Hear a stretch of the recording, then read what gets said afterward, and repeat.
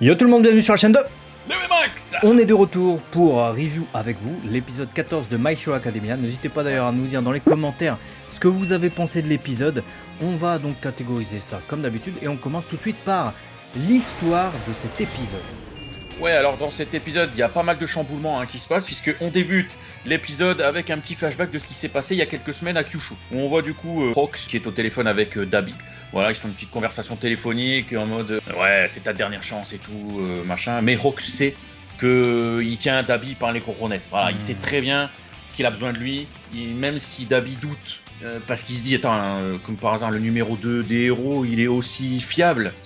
Je peux comprendre qu'il doute, mais maintenant, il peut pas non plus négliger ce potentiel atout, même j'ai envie de dire, que peut être Hawks. Donc Hawks sait qu'il le tient par les coronets, mais il sait qu'il est surveillé également, par tout le monde. Il est surveillé par tout le monde, donc Hawks fait très attention à son langage, à ce qu'il dit, si et là, et on y reviendra d'ailleurs juste après. Écoute, on a à un moment donné dans cet épisode, du coup, Izuku, Todoroki et puis Bakugo qui rejoignent donc l'école, l'école, truc d'apprentissage là, je sais pas quoi, d'Endeavor. Bref, le principal c'est qu'il y a qu'Endeavor. Voilà, t'as compris, tu l'as vu. En parallèle de quoi, il y a aussi du coup Hawks qui revient donc du côté de Buzz l'éclair là et du gars qui est le clavier fou, clac clac clac clac. Et du coup, c'est des héros lambda qui aident les vilains. Voilà, donc ça s'appelle des traîtres dans le jargon. On a Endeavor du coup qui passe à l'action à un moment donné puisqu'il sent le danger, accompagné des trois sbires. Et puis très rapidement, bon bref, on s'en fout, ils mettent fin à la menace. Mais le plus important reste à venir, c'est que Hawks intervient. Et c'est à partir de ce moment-là qu'il nous montre un bouquin. Et il essaye de faire passer un message hyper important à Endeavor. Il sait qu'il est surveillé, il peut pas commencer à faire style de dire ce qu'il veut, puisque sinon l'Alliance des Super Vilains va savoir qu'en fait il est un traître. Voilà. Et donc il dit « Ah, tu devrais lire le livre, t'as vu, il est fameux ce livre, livre qui s'appelle du coup La guerre de libération des facultés para-humaines ». Et il essaye de faire passer le message que c'est super important de regarder le deuxième caractère qui suit tout ce qu'il a souligné, qui finalement compose une phrase qui indique à Endeavor qu'il va y avoir un soulèvement qui va arriver d'ici 4 mois, c'est ça, si je dis pas de conneries. Donc message super important, et on est en mode oula, qu'est-ce qui va se passer? Et voilà, cet épisode se termine sur ce gros chamboulement. Ouais. Le livre en gros c'est Mein Kampf. Ouais, bah c'est clairement, c'est le livre des vilains, soulèvement, qui a retourné certains héros là qui sont du côté des méchants. Un soulèvement de l'ordre justement pour que les gens assument leur pouvoir et passent au-dessus des lois actuelles là. Et en plus de ça, j'ai envie de dire que Hirakinuki nous a fait un dossier assez complet là sur l'épisode. Et je dois vous dire que cet épisode va scinder. Cet épisode va scinder parce qu'il y a ceux qui ont lu le manga et il y a ceux qui n'ont pas lu le manga. Nous on n'a pas lu le manga. My Hero Academia, on l'a déjà dit, c'est le seul animé qu'on review pour lequel on n'a pas lu la suite. On ne connaît pas la suite des événements. Ceux qui ont lu la suite savent que là, l'arc qui est adapté, c'est l'arc normalement encore après. C'est-à-dire qu'on nous a skip un arc. On nous a skip un arc et pour le moment, les passages de cet arc nous sont montrés sous forme de flashback. Genre quand Hawks pense à Best Jeanist, ce qu'il a dû faire, etc. Alors, on se dit, est-ce qu'il a coupé la tête à Best Jeanist? Est-ce qu'il a foutu dans un sac? Parce que franchement, quand tu vois la scène, tu te dis, oula, parce que il est comme ça avec une plume, genre il va l'assassiner, et puis derrière il fait ce que j'ai dû faire quand même, là je suis allé un peu loin. Tu te dis, oula, ok, qu'est-ce qu'il a fait? C'est un peu chaud. Malgré tout ça, en fait, tous ces passages appartiennent normalement à un arc d'avant. Et il faut savoir aussi que par rapport au bouquin, on a des infos dans l'arc d'avant sur ce bouquin. Et ceux qui ont lu le manga, du coup, connaissent toutes les informations relatives à ce que contient ou au lien qu'entretient ce bouquin avec d'autres personnages. Là, on les a pas, nous, avec l'animé. Donc on découvre ça et c'est juste un bouquin qui donne comme ça, voilà, qui John c'est un peu les méchants et puis il le donne à Endeavor pour faire passer un message. Mais du coup ça va scinder tout le monde et j'aimerais bien avoir vos avis dans les commentaires sans spoiler évidemment. Et puis on va aussi vous montrer un peu ces chiffres, pourcentage de chapitres adaptés en animé. Donc l'arc qui a été skip du coup est surnommé par la fanbase My Villain Academia. On voit un peu ce qui a été adapté là et ce qui n'a pas été fait. Et l'arc du coup là qui doit débuter, c'est l'arc qui n'est pas nommé. On nous dit pas parce que Hirakinuki veut pas nous spoiler non plus, il est pas complètement con. Donc ça c'est bien. C'est plutôt sympa. Je peux même pas vous donner une correspondance du manga parce que c'est n'importe quoi en fait. Ouais, c'est ça. Je peux juste vous dire qu'il y a des passages 231. il y a du 243, il y a du 244 et il y a du 245. Pas l'entièreté du chapitre, donc si vous suivez que l'animé, ne regardez pas. Juste un truc qui change. Je pense qu'on peut mettre la partie changement là maintenant parce que c'est le seul changement. Ouais, on peut. Ouais. C'est qu'il y a les émetteurs des vilains donc, qui ont été placés sur les plumes de Hawks. À un moment donné, quand Hawks il dit ouais, je vais devoir faire gaffe parce que je suis un peu surveillé, etc. Normalement, on voit ces émetteurs dans le manga, on ne les voit pas dans l'animé, ce qui est fort dommage.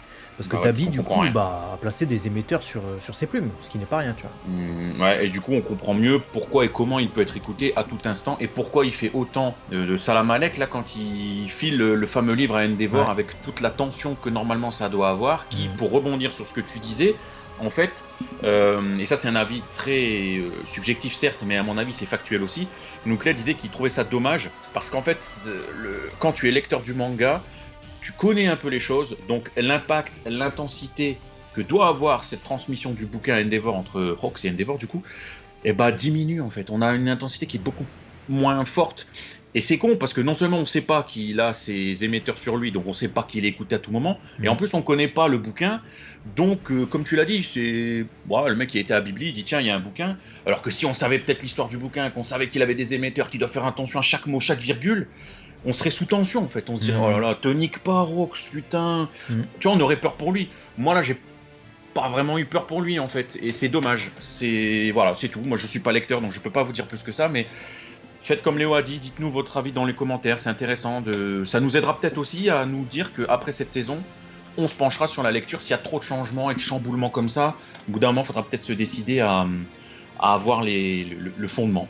T'as dit, dans 4 mois, il y a un soulèvement, mais soulèvement de 100 000 personnes. Ouais, 100 000 et c'est ça qui est ouf, en fait. On a du mal à réaliser, on se dit, quoi ? Donc parmi les gens là qui aident les vilains en secret, il y a quand même 100 000 personnes qui ont... Énorme. Et ça, c'est un truc de malade. Ça, c'est un truc de ouf. Parce que quand le chiffre a été annoncé, je me suis dit, mais ils viennent d'où ? Les 100 000 personnes. Autant tu soulèves 5 000, 10 000, tu vois, mais 100 000 viennent d'où ? C'est un truc de pété. Et du coup, c'est waouh, ça va être ouf ce qui va se passer par la suite, je pense. Bande son, du coup ? J'ai rien à dire. Ouais, absolument rien à dire, encore une fois. Des musiques qui soulignent des moments, voilà, une concordance. Après, est-ce que... je suis content de retrouver Hikaru Midorikawa sur le rôle de Best Genius, mais c'était peut-être sa dernière apparition, donc ça c'est un peu con, quoi. Ah écoute, c'est un coiffeur, hein, après... En fait, c'est étonnant d'avoir mis Hikaru Midorikawa. Parce que je vous explique, pour ceux qui connaissent pas, c'est quand même un des gros seiyuu du monde du doublage japonais. Et il fait Best Genius, un mec assez random, en fait, que tu vois dans My Hero Academia. Je sais pas pourquoi. Je comprends pas pourquoi. Pour ceux qui savent pas, c'est Hiro dans Gundam Wing. C'est aussi des tas de rôles principaux. Dans DBZ, bon, vous le connaissez pour le rôle de numéro 16. Depuis 2009, il fait aussi Tenshinhan. C'est un mec qui a plein de rôles principaux à son actif. C'est étonnant de le voir sur un personnage qui n'aurait pas d'incidence folle dans l'histoire, j'ai envie de dire. Donc Best Genius, peut-être qu'on le reverra, peut-être qu'il va faire un truc de ouf, je sais pas. Ouais, à surveiller. Des fois c'est des indices. De se dire une voix de ouf pour un perso lambda, des fois tu dis ça sent peut-être quelque chose en prévision, et on peut passer du coup à l'animation réalisation de cet épisode. Ouais, animation réalisation c'est plutôt soigné en termes d'animation surtout. La réal est correcte, je vois qu'elle tente de nous conserver certains suspens, notamment l'identité un peu de ces héros qui aident les vilains, notamment le gars au clavier fou. Malgré tout, je suis pas convaincu par l'entièreté de la réal, notamment quand elle nous cache des indices en fait, avec les plumes de Hawks et des trucs comme ça. Je pense qu'ils ont dû tenter de jongler habilement entre ce qu'ils pouvaient révéler et ce qu'ils ne pouvaient pas révéler, vis-à-vis du fait qu'ils ont skip un arc, et c'était assez tendu. Ouais, j'ai eu la même lecture en fait. J'ai trouvé que la réalisation se tenait, mais elle part un peu partout. C'est-à-dire qu'on a vraiment un mélange très hétérogène dans la façon dont est réalisé cet épisode. T'as des plongées, contre-plongées, t'as des plans poitrine, ça bouge énormément. Si tu regardes en fait, ils ont voulu amener un rythme dans leur découpe. Des fois même, ça m'a perturbé. À un moment donné, Endeavor, tu le vois de loin, tu le vois de près, après tu le vois sur le côté, après tu le vois comme ça, après tu vois le bouquin de près pour faire un truc, après tu le revois comme ça. Ça bouge beaucoup pour compenser peut-être quelques plans fixes par-ci par-là. Ouais, il y a pas mal de plans fixes. Hein. Quand Endeavor intervient, etc., l'intervention elle est cool. Hein. L'animation de ces flammes est toujours aussi bien faite, hein, ça rien à dire. Mais c'est vrai qu'il y a eu quelques plans fixes hein, quand même. En fait, il y a eu un moment donné, ça s'est emballé là, avec le vieux là dans la rue, etc. Où il y a eu une petite scène d'action. Et puis après, ça s'est calmé. Et l'échange entre Endeavor, Rox, etc. Il était très figé, j'ai trouvé. C'était vraiment plan, autre plan, autre plan. Voilà, il n'y avait pas de truc. Ah oui, voilà, bande son, on n'a pas. J'ai pas pensé à ça. Mais c'est vrai que la voix du vieux m'a étonné. Elle faisait pas voix de vieux en fait. Hein. J'avais l'impression de voir un jeune de 25 ans qui essayait de faire un vieux en fait. Et bah écoute, du coup on peut passer à la conclusion de cet épisode, hein, vu qu'on a fait le tour. Un épisode cool, où on apprend des trucs, et où on a encore plein de mystères. Malgré tout, c'était pas l'épisode de l'année non plus, hein, mais je pense que pour quelqu'un qui n'a vu que l'animé, il est bien, cet épisode. Il est vraiment bien, dans le sens où il y a de la tension qui est amenée, et il y a surtout un enjeu qui vient d'être livré carrément aux spectateurs en mode 100 000 personnes dans 4 mois. C'est super chaud, les héros ils sont peut-être pas assez. Et on a vu qu'Endeavor il a déjà galéré tout seul contre un Nomu. Là, si en plus il y a des Nomu dans le lot, qu'il y a des vilains, qu'il y a les héros qui se sont retournés, qu'il y a des randoms, c'est très compliqué.